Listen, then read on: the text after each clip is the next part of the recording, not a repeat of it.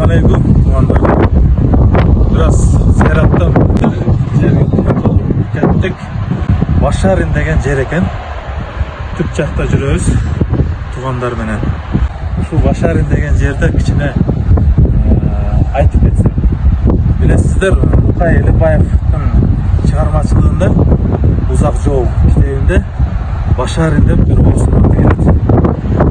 Ошо Лукай атабыз өзүнүн жашоосун, кыйналып өткөн жолдорун кошуна болуп Başarындын мал салдарын багып, ушинтип кыйын күндөрдө кездер чагылдырат да китептечи.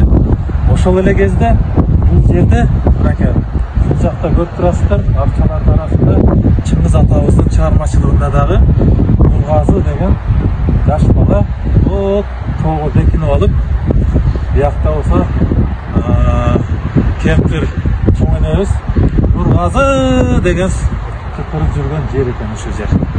Ушундай бир Başarın деген жер экен. Билбейм эми сиздер кандай дейсиздер? Балким жерде эски үй бар экен, балким ушулдур Союздан калган. Биякта да үйлөр бар экен. Ушундай бир өзүнчө бир бөлүшүп коеюн дедим. Аябай жакты зияратты Кыргызстан боюнча кылышыбыз керек экен. Бардык нерсени буюрса өзүбүздүн жолубуз менен кыдыруу менен биз Кыргызстанды танытат экенбиз, балдарыбызга үлгү болот экенбиз, жана эң негизгиси эл менен баарлашат экенбиз. Не деген булак дедиңиз? Туюк булак. Үркүндө ушакка качкан дейсизби? Үркүндө орустар, кыргыздар тапкырып камаптык да койгонмаганда. Нерге?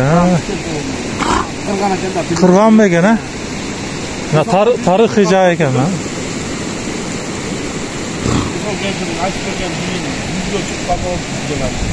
а? Тарыхый жай экен. Мына карагайлар. Бияқта қарағай. Ассаламу-алейкум, рахматуллахи ва баракатух, туғандар.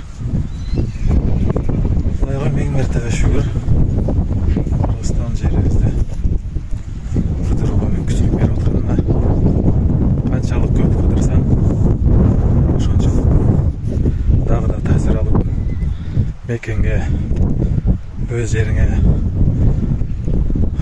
Кыргыз элине сүйүү деген сезим дагы келе берет экен.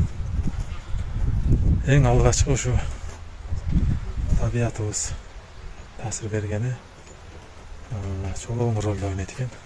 Туугандар, мен азыр Түп районунда жүрөм. Каркыра жайлоосуна барып аткан жерде жолдо көп таасир